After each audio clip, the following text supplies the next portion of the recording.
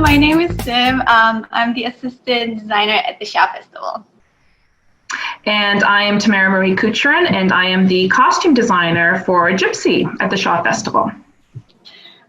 We have a page of questions here that I got from our friends who don't work in the theater industry. And what we're going to do today is I'm going to ask these questions to Tamara about her design process. So the first question I have is, when does the process of design start and how early? Well, that really depends on each show. So that can really vary with each show. I would say it's at the very least about 9 months beforehand, before a show hits the stage. Sometimes it can be multiple years. It really depends on sometimes the size of the show or if it's a new work. With GYPSY, I would say it was approximately a year, with a very intensified part of that process being in the last, if we walk back, sort of 5 months from where we are today.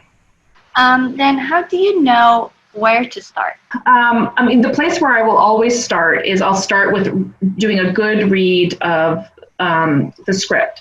And when it comes to musicals, that will be a read of the book and listening to a recording of that musical. And when it comes to something like GYPSY, I listened to every single recording that is out there. So I think I had listened to at least 5 versions of the recordings, and it's really interesting sort of hearing the nuances, the difference between those recordings.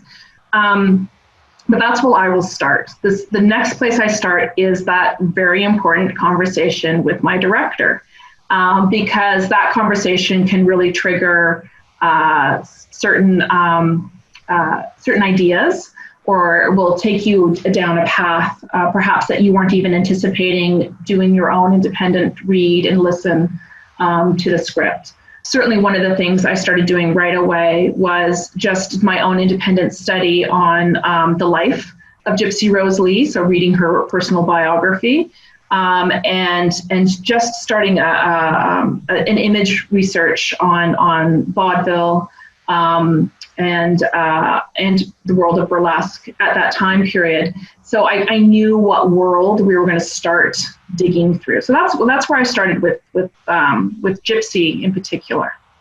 And I know the musical GYPSY has been done many times. Have you looked into the other productions and how their design was before you start designing? Yeah, I think that's actually it's a tricky question, that one, because there are times where you don't want to be you don't want to have that influence in your world when you're starting a creative process. But with something like GYPSY, because it is so well known, and there's a movie about it as well, an iconic movie about it. I think it's important to reference those other productions because your audience is going to be coming to the theater with those references in mind. So I know Shaw did the last time they did GYPSY was, I believe, about 12 or 14 years ago. And I don't know what that one looked like. But I know that there have been other iconic productions on Broadway. So I myself saw the revival, and I believe it was 2004, and so I had that referenced in my mind, and it's good to sort of I've seen images of other productions that have been on Broadway and in London's West End, because I think it, like as I said, it's just kind of good to know what's out there and what's in the world, and what audiences might be coming to the theater to expect. But then I kind of put it in a ball and put it off on a shelf somewhere. Right. I do my own thing, Yeah. I think it's good to know what's happened in the past, but it's really staying true and in touch with yourself and with your director and with your own collective language and research and taking it from there. So yeah, we all know that there are kids in the show, which is so exciting. But I wanted to ask you, how is it designed for kids, and what are the differences between designing for kids and adults? So one of the first big difference between designing for children and adults, especially over a run, a length of run that the Shaw Festival has. So we're looking at months and months and months. The fact that kids are usually going to grow. Right. So how do you design something that can grow with the child? So one thing that we're always aware of when designing for kids are leaving, either buying multiple sizes of things. So shoes, for example, you sort of buy the size that they are now and then the next size up because their feet might grow over the length of a run.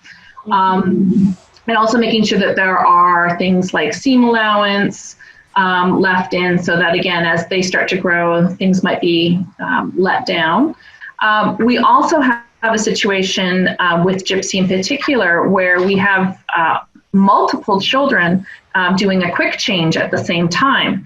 And a quick change is a full costume change that I define as sort of that happens in less than a minute. And so we have, for example, a number where all of our kids go from a newsboy look into sort of a military patriotic number. And that change will happen in 45 seconds. So thinking about, especially when dealing with children who maybe don't have the experience of being, as much experience being on stage as a lot of adult professional performers do, how do you create a costume that will make that change happen as easily as possible, not only for the children, but also for the dressers that are there to support them backstage? As a designer, how much do you feel like you put in from yourself in your work? Everything. Do you feel like they're your babies? Yeah, I do. It's a pretty, I wouldn't say lonely, but solo process. So you put a lot of time into research. You put a lot of time into your character analysis. A lot of time into your sketches while getting feedback from your director. It's that moment when you release it to the theater and release it to the wardrobe and release it to the actors themselves. So like first day of rehearsal, when you do that design presentation, it's quite I always find it terribly exciting, but also a bit nerve-wracking.